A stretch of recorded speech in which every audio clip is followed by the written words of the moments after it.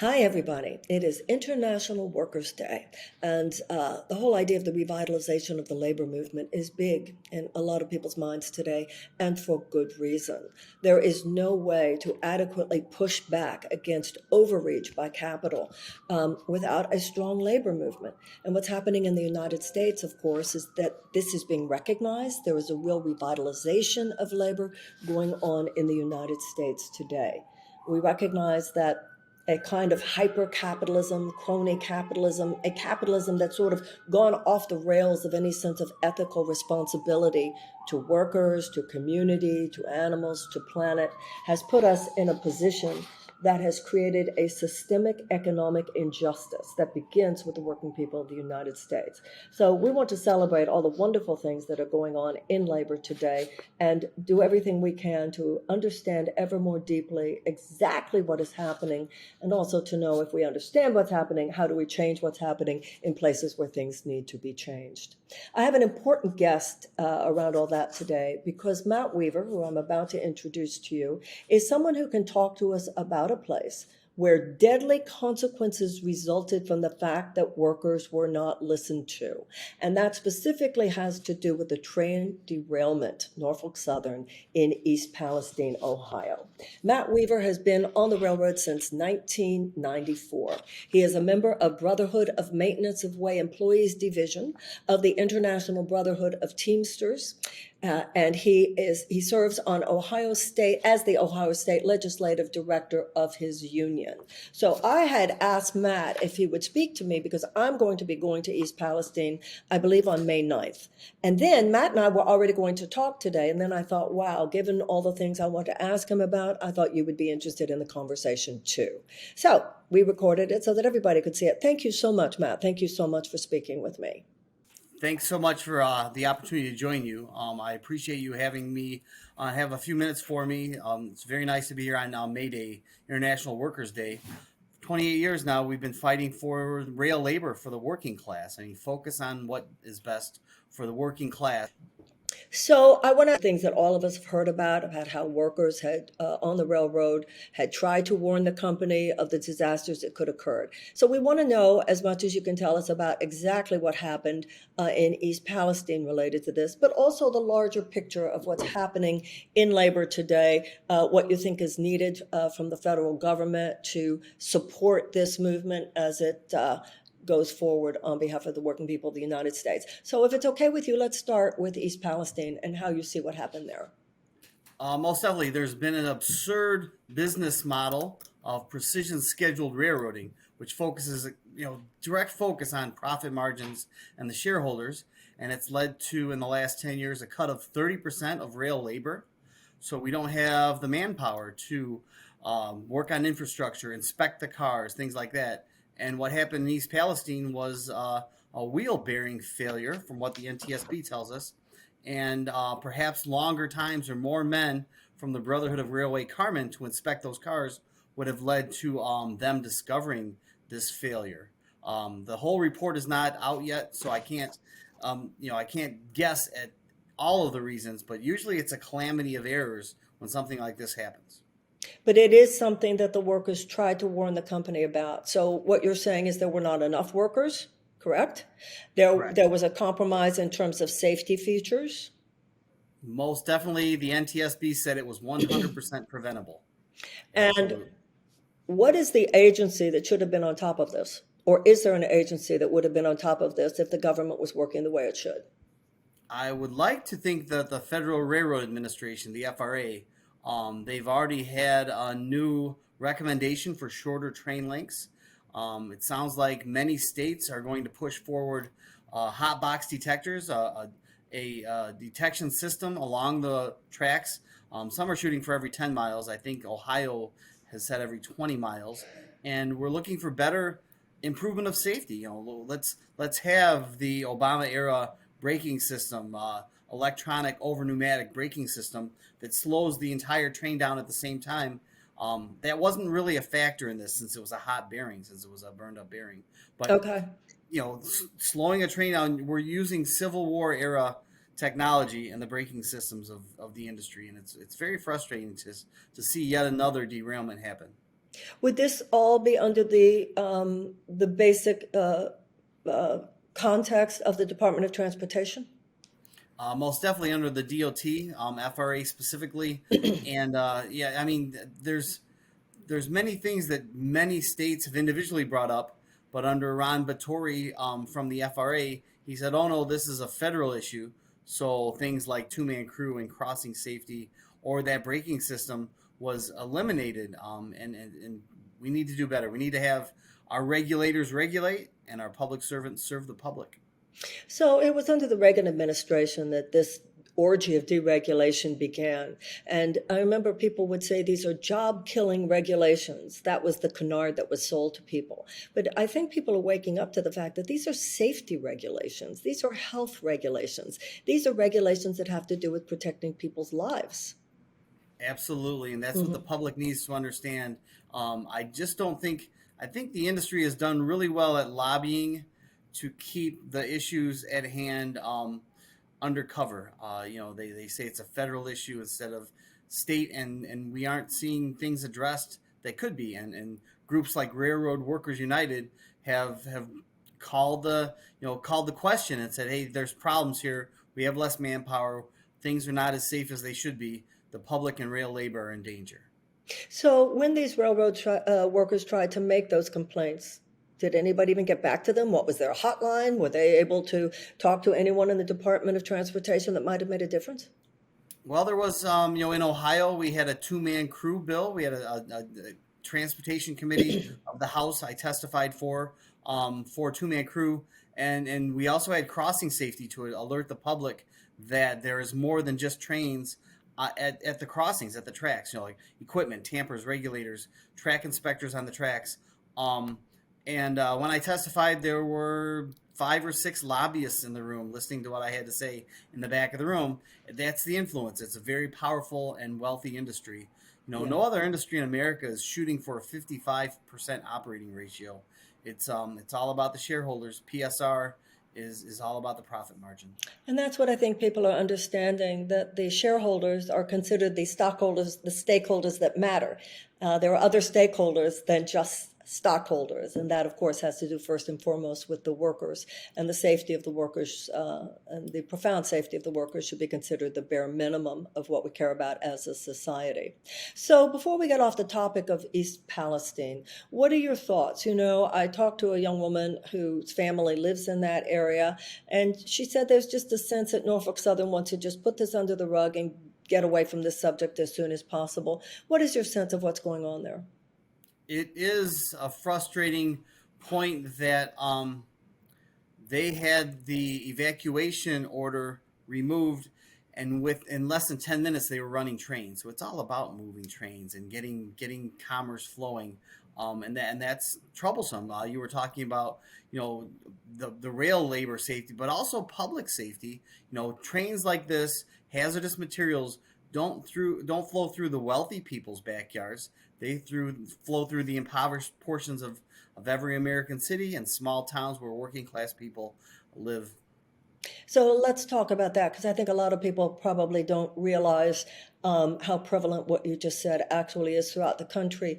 In environmental issues having to do with petroleum factories, et cetera, they're often called sacrifice zones. People where these huge industries know they don't have the kind of financial power or political power to fight back. You're absolutely right. They're not running these trains carrying toxic chemicals to rich neighborhoods, right? Because they know that those neighborhoods in those places would be demanding that those trains not go through their neighborhoods. And since what happened in East Palestine, we've seen that there's been several more train derailments. So what's happening there? What, that the changes just haven't been made, or they're not being made fast enough, or they're not going to be made at all? I think that in this case, the attention from the media has drawn the cameras to the railroads, and that I don't think there's more derailments since. I mean, they've happened more, but I think it's pretty Oh, consistent. I To see. the It's shut just that they're so reported now because people have it in their in in their minds. Yeah, yeah, I in the hear you. media, right? Yeah, I mean, So, I'm sorry, go some ahead. big, some big, Graniteville, North Carolina, with a chlorine derailment. Lac Megantic, Quebec, 47 people died with a petroleum derailment. those are the safety issues we talked about. Tying trains down, not having one mind do, tying a train down so it doesn't bleed the air off, things like that. That's where you need more manpower to take care of the industry. How did you feel when President Biden sided with the railroad bosses rather than the railroad workers in their request for sick pay?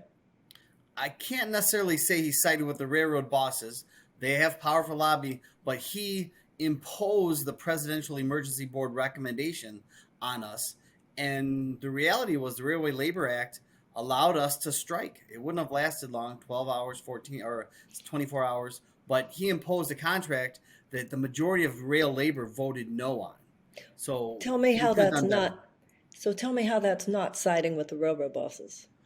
Well, it's they were not happy with the PEB recommendation either because their Section 6 notices were way down low. Ours ask was higher, and then now railroads are giving sick days to rail labor, craft by craft, railroad by railroad. But that certainly isn't part of the collective bargaining agreement.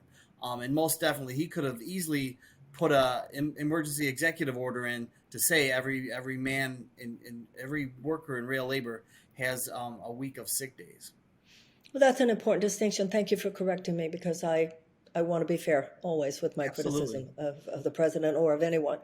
Now, let me ask you, larger sense, not just East Palestine, not just railroad workers, labor in general. Here it is, International Workers' Day. What do you wish to see happen? Obviously, a Democratic administration should stand for unequivocal support of the workers of the United States. What do you want to see happen? Do you want to see a bolstered NLRB? Do you want to see the PRO Act? Do you want to see sectoral bargaining? What is it that people should be holding in our minds as the goal for what we want in order to most empower the workers of the United States? Most definitely the PRO Act, and then less individual contractors being considered self employment. In the shipping, there's so many rules that are geared towards driving higher profit margins that are unjust for the working class, and it doesn't have to be union. All of the working class needs to stand together in solidarity to defend us. I think you said some things just now that not everybody would totally understand. Would you explain a little bit to us exactly what the PRO Act is? The PRO Act offers the opportunity to organize unions in industries far easier, and it makes it less chance of retaliation or retribution from the employers. That happens a lot. So there's often closed door meetings, retaliation of dismissals of workers, and it would make it easier to have a union vote and let the people decide on if they want to be organized. And if labor wants to come together under solidarity and have a collective bargaining agreement rather than being just employed at will, and you have no rights, you have no defense, like a contract gives you. Does it look like the PRO Act has a chance? That's a good question. I think it's a tough one unless the people speak up. I mean, it takes the working class to address their representatives and say, this is what we want, and that's, Right. I know it's a big ask, but it also brings up, this is class conflict that people need to stick. How do you feel about the National Labor Relations Board? Do you feel it certainly seems like the Labor Department is on your side? Are they doing enough? We have a new Secretary of Labor, Julie Sue, or hopefully she will get the nod from the Senate. Do you feel that there's enough support for you there, or does there need to be greater support with the NLRB? I feel like we're getting a better ear from our representatives, but I feel deflated in the fact that corporate money, PACs, lobbying, campaign finance seem to rule the roost in America right now. And the voice of the people is dampened. We're quieted by how much money is involved in politics. So, would you agree with me that the only way to override that is for people not only to get involved, but definitely to get involved on the level of the primaries? Absolutely, and I know the think that value of their vote. People don't understand the value of their vote. And not just the vote in the primaries, because the Absolutely. system, the money, so much money is put in on the level of the primaries. The machine sits on people on the level of the primaries, definitely on the presidential, but also the senatorial, also the House races. So everybody just needs to be asking, really attending the town halls, getting involved with the congressional, obviously, as well as presidential primaries. Where do you stand on labor? What will you do to push forward the PRO Act? What will you do to push forward NLRB and so forth? The get out the vote work is wonderful in labor in general. We've Mm-hmm. had some campaigns where we've made thousands and thousands of calls. You know, Mm-hmm. that's amazing. We did door knocking to overturn right to work in Missouri. We had activated like 40 members. We knocked on hundreds, if not thousands, of doors. Getting the word out. The thing that I think needs to be addressed is McCutcheon and Citizens United Supreme Court decisions. I believe they're unjust, and I believe it takes the strength of the voters away because money's talking in America. Well, it's not reasonable to assume we're going to be able to overturn Citizens United anytime soon, given the makeup of the Supreme Court. And for anyone who doesn't know, that, of course, has to do, it's the Supreme Court decision that gave corporations really unlimited power to influence our elections with money, particularly dark money. And the only way to override this, once again, is through arousal of consciousness in people, including electoralism. None of this business that elections don't matter, because elections do matter, and elections are what ultimately result in things such as Supreme Court justices who are little more than corporate hacks, etc. Most definitely. Yeah. So, and the last thing I was actually going to ask you about that you referred to just now, I see that Governor Whitmer in Michigan just signed a bill that will repeal right to work law in Michigan, and you were just mentioning Missouri, right? And Ohio. I was part of the Ohio effort. We overturned the state legislators passed right to work, and the people overturned it. We had a referendum. That's exactly what happened Excellent. in Missouri. Yeah, it's game And I on. think that's so important. It's so important, everybody, for you to know that bad laws can get made, and then bad laws can get repealed. And also, Absolutely. good laws can get made, and they have to be protected. Matt, I've been writing about and talking about the fact that in Arkansas and Iowa right now, they're actually gutting child labor laws. I mean, that's as fundamental as you can get, protecting children It's in the absurd. workplace. And of course, a lot of these are the unaccompanied minor migrant children that they're just taking advantage of and exploiting in such terrible ways. Um, I think that I speak on behalf of a lot of people who just want to feel that you and those who work in situations like yours, really taking a stand, being part of the labor movement, feel how many people are celebrating you and supporting you on this day. Is there anything else you'd like to say to people that you want people to understand about labor, and particularly how they can get involved? You already talked about why elections are so important. Um, Anything else that you want people to know? I believe that people often don't believe that they're working class, but I've seen teachers and nurses really make change, really play hardball with the boss man, and more people are working class than people really acknowledge. And if we all stick together, we can make the land of opportunity be the land of opportunity for everyone. Well, people like you are leading the way. So thank you very, very much, Matt Weaver. All my very best to you. I hope you have a beautiful day, and thank you for talking to us. Thanks so much. You guys have a great night. Happy May Day. Thank you. Happy May Day.